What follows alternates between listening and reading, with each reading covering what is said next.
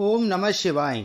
नमस्कार दोस्तों, आइए सुनते हैं शिव महाप्राण की कथा। इतनी कथा सुनकर नारद जी ने कहा, हे पिता, मनवंतरों का वृत्तांत सुनकर मुझे अत्यंत आनंद हुआ है।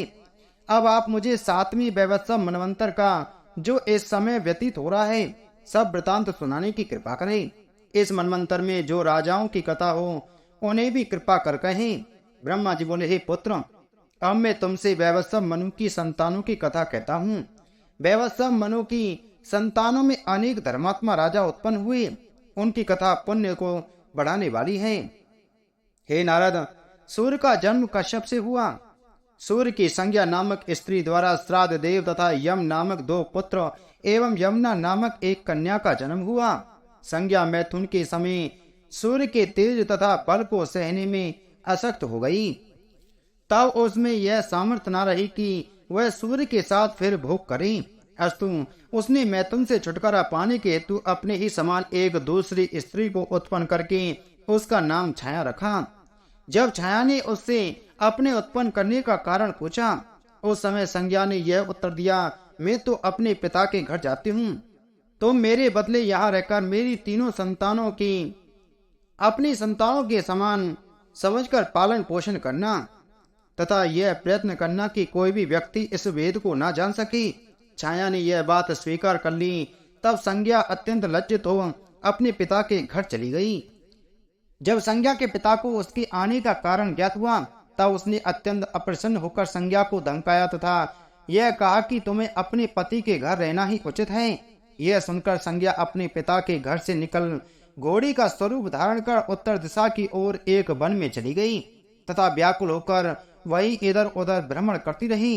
हे नारद, इस प्रकार संज्ञा तो घोड़ी का स्वरूप धारण करके वन में भ्रमण करती रही। उधर सूर्य इस वेद को न जानकर छाया को ही संज्ञा समझते हुए उसके साथ रमण करते रहते थे। परिणाम स्वरूप छाया के गर्भ से 2 बालक तथा एक कन्या की उत्पत्ति हुई।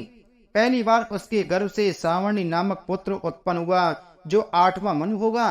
दूसरी बार शनैश्चर नामक पुत्र उत्पन्न हुआ जो 7वां ग्रह है।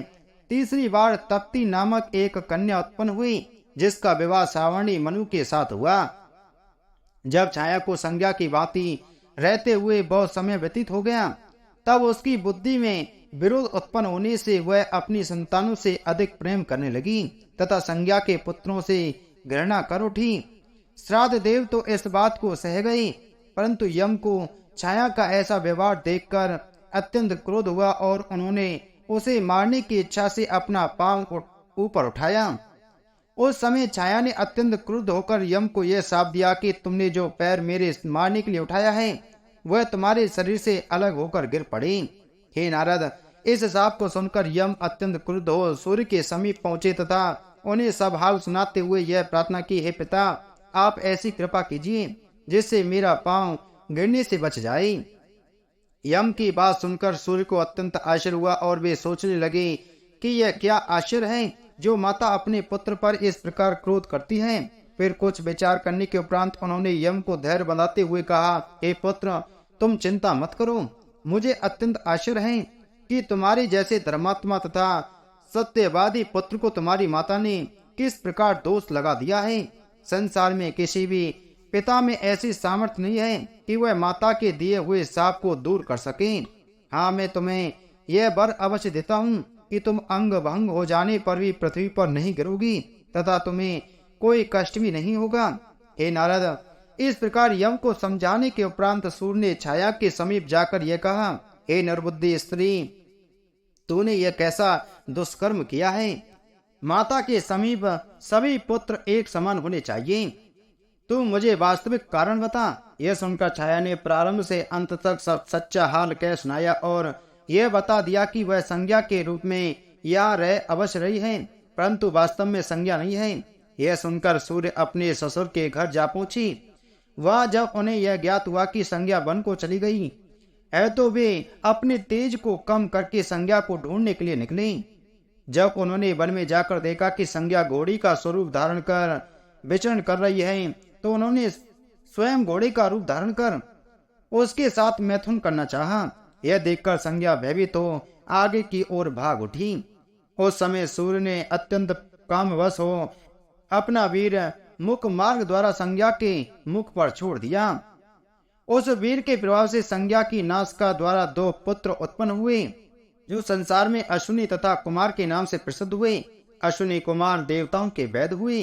हे नारद, इस चरित्र के उपरांत सूर्य ने संज्ञा के सम्मुख अपना स्वरूप अत्यंत कोमल तथा सुंदर रूप में प्रकट किया। उसे देखकर संज्ञा भी अत्यंत प्रसन्न हो वास्तविक स्वरूप धारण कर अपने घर लौट आई। फिर छाया भी उसके साथ रहकर स्नेह पूर्वक समय व्यतीत करने लगी। संज्ञा के पुत्र श्राद्ध देव 7वें मनु हुए, जो वैवस्वत नाम से प्रसिद्ध हैं। यमराज ने दिक्पाल होकर उच्च पद को प्राप्त किया। यमुना ने नदी होकर श्री कृष्णचंद्र जी से अधिक स्नेह पाया। इसी प्रकार छाया की संतानों में से सावर्णी 8वें मनु हुए तथा शनैश्चर ने ग्रह पद को प्राप्त किया। जो लोग इसे पढ़ते सुनते अथवा सुनाते हैं, उन्हें दोनों लोकों में सुख प्राप्त होता है।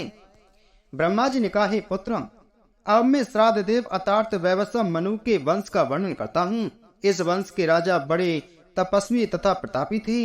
एक बार श्राद्ध देव ने वशिष्ठ मुनि की सहायता से तेजस्वी तथा भाग्यवान पुत्र की प्राप्ति के हेतु वरुण यज्ञ करना आरंभ किया। उस समय श्राद्ध देव की रानी ने वशिष्ठ जी से एकांत में यह निश्चय की, हे ऋषि, आप ऐसा उपाय कीजिए जिससे मेरे गर्भ द्वारा पुत्र न होकर कन्या का जन्म हो। कन्या पुण्य को बढ़ाने वाली तथा मुक्ति को प्रदान करने वाली होती है। अस्तु, आप मेरी प्रार्थना अवश्य स्वीकार करें। यह सुनकर वशिष्ठ जी ने पुत्र प्राप्ति के मंत्र के बदले कन्या प्राप्ति के मंत्र को जपना आरंभ कर दिया। परिणाम स्वरूप यज्ञ पूर्ण होने पर बालक के बदले कन्या का जन्म हुआ। उस कन्या का नाम इला रखा गया। हे नारद, उस समय श्राद्ध देव मनु ने वशिष्ठ जी से यह पूछा, हे गुरु, मैंने पुत्र की कामना से यज्ञ किया था, परंतु कन्या क्यों उत्पन्न हुई? इसका कारण बताने की कृपा करें। तब वशिष्ठ जी ने उन्हें वास्तविकता का ज्ञान कराते हुए कहा, हे राजन, हम तुम्हारे मनोरथ को भी पूर्ण कर देंगे। इस प्रकार जब श्राद्ध देव की चिंता दूर हो गई, तब उन्होंने इला की ओर प्रसन्नता पूर्वक देखा। जब उन्हें यह ज्ञात हुआ कि यह कन्या परम तेजस्विनी है, तो वे अपने मन में अत्यंत प्रसन्न हुए। फिर उन्होंने इला को एड़ा नाम से संबोधित करते हुए अपने पास बुलाकर यह कहा, हे पुत्री, तुम हमारे समीप आकर खेलो। उस समय एड़ा उन्हें उत्तर देते हुए बोली, हे पिता, मेरे जन्म मित्रावरुण के अंश से हुआ है। यद्यपि आपको पुत्र की आकांक्षा है, परंतु माता की अभिलाषा पूर्ण करने के हेतु मेरा जन्म हुआ है। फिर भी मैं आपकी अभिलाषा भी पूर्ण कर दूंगी। आप मुझे मित्रावरुण के पास जाने की आज्ञा दे दीजिए। हे नारद, यह सुनकर श्राद्ध देव ने एड़ा को मित्रावरुण के पास जाने की आज्ञा दे दी। तब वह उनके पास पहुंच हाथ जोड़ स्तुति करती हुई इस प्रकार बोली, हे प्रभु, मैं आपके अंश से उत्पन्न हुई हूँ। अस्तु, आप जो आज्ञा देंगे वह कार्य करने के लिए मैं प्रस्तुत हूँ।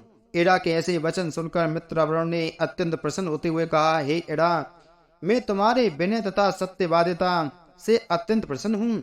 अब तुम संसार में मेरे नाम से प्रसिद्ध होगी। तुम्हारा शरीर भी लड़के के रूप में परिवर्तित हो जाएगा। तुम्हारा नाम सुधन्व होगा। मित्रावरुण के यह वचन सुनकर एड़ा अत्यंत प्रसन्न हो मनु के पास लौट आई। उन्हीं दिनों वशिष्ठ जी ने भगवान सदाशिव को प्रसन्न करके यह वर मांगा कि श्राद्ध देव की पुत्री एड़ा पुत्र रूप में परिवर्तित हो जाए। अस्तु, शिव जी के वरदान एवं मित्रावरुण की कृपा से एड़ा लड़का हो गई और सुधन्व नाम से संसार में प्रसिद्ध हुई। हे नारद, एक दिन सुधन्व शिकारियों का वेश धारण कर शिकार खेलने के लिए उत्तर दिशा की ओर गया। वह संयोगवश वह सूर्यगिरी के नीचे, जहाँ पर शिवजी गिरजा सहित विहार कर रहे थे, जा पहुंचा। उस स्थान पर पहुंचते ही वह अपने सभी साथियों सहित स्त्री रूप को प्राप्त हो गया। यह आश्चर्य देखकर सब लोग अत्यंत चकित हुए। सुधन्व के वहां पहुंचकर स्त्री हो जाने का यह कारण था कि एक बार जब भगवती गिरजा उस स्थान पर भगवान सदाशिव के साथ विहार कर रही थी, तब कुछ देवता शिवजी के दर्शन प्राप्त करने के हेतु उस स्थान पर जा पहुंचे थे। परंतु जब उन्होंने यह देखा कि शिवजी विहार में मग्न हैं, तब वे लज्जा पूर्वक वहां से लौट आए और बद्री वन में ठहर गए। जब गिरजा को यह ज्ञात हुआ कि यहाँ देवता आए थे और उन्हें विहार करते हुए देख गए हैं, तो वे अपने मन में अत्यंत लज्जित हुई। उस समय शिव जी ने गिरजा के हृदय को संतोष प्रदान करने के हेतु यह कहा, हे गिरजे, भविष्य में जो भी मनुष्य इस स्थान पर आएगा वह स्त्री रूप हो जाएगा। इसलिए जब वह वहां जा पहुंचा तो उस साप के प्रभाव से वह स्त्री हो गया। हे नारद, स्त्री हो जाने पर सुदम्न अत्यंत दुखी हो अपने साथियों सहित इधर उधर भ्रमण करने लगा तथा घर लौटकर नहीं गया। जिस समय वह वन में भ्रमण कर रहा था तभी चंद्रमा का पुत्र बुध भी उसके समीप आ पहुंचा। जब बुध ने परम सुंदरी नारी के रूप में सुदम्न को देखा तो वह उस पर मोहित हो गया। स्त्री रूपी सुदम्न भी बुध पर आसक्त हो गया। तब ये दोनों परस्पर भोग करने लगी। उन दोनों के संयोग से पुरुरवा नामक एक अत्यंत प्रतापी राजा का जन्म हुआ। राजा पुरुरवा संसार में अत्यंत प्रसिद्ध हुआ। उसी समय से संसार में चंद्रवंश का आरंभ हुआ, जिसमें आगे चलकर भगवान श्री कृष्ण चंद्र ने अवतार लिया था। चंद्रवंश के राजाओं की कथा अनेक है। हे नारद, पुरुरवा को जन्म देने के उपरांत सुदम्न अत्यंत दुखी हो अपने गुरु वशिष्ठ का स्मरण करने लगा। तब वशिष्ठ जी प्रसन्न होकर उसके पास पहुंचे। जब उन्होंने यह देखा कि सुदम्न स्त्री हो गया है तब वे उसे पुरुष रूप प्रदान करने के हेतु शिव जी का तप करने लगे। कुछ समय उपरांत शिव जी ने प्रसन्न होकर उन्हें अपना दर्शन दिया तथा वर मांगने की आज्ञा दी। तब वशिष्ठ जी ने भगवान सदाशिव की स्तुति एवं प्रार्थना करते हुए यह कहा, हे प्रभु, मेरी यह अभिलाषा है कि सुदम्न पहले की भांति फिर से पुरुष शरीर को प्राप्त करे। वशिष्ठ जी की प्रार्थना सुनकर शिव जी बोले, हे वशिष्ठ, हमने उस वन को जो शाप दिया है वह तो मिथ्या नहीं होगा, परंतु हम तुम्हारी तपस्या से प्रसन्न होकर यह वरदान देते हैं कि सुदम्न 1 महीने तक स्त्री रूप में रहेगा और दूसरे महीने पुरुष हो जाया करेगा। वह अपने राज्य का विधि पूर्वक संचालन करेगा तथा हमारी कृपा से इसे किसी प्रकार का कष्ट नहीं होगा। इतना कहकर शिव जी अंतर्ध्यान हो गए और सुदम्न पुनः पुरुष शरीर धारण कर अपने घर लौट आया तथा सुखपूर्वक राज्य करने लगा। उसने उत्कल, गय तथा बेमल नामक 3 पुत्रों को जन्म दिया। उत्कल के नाम पर उत्कल देश प्रसिद्ध हुआ। गय ने गया को बसाया तथा बेमल पश्चिम देश का राजा हुआ। हे नारद, इस कथा के सुनने से भी मोक्ष पद की प्राप्ति होती है। बोलो शिव महापुराण की जय। बोलो शिव शंकर भगवान की जय।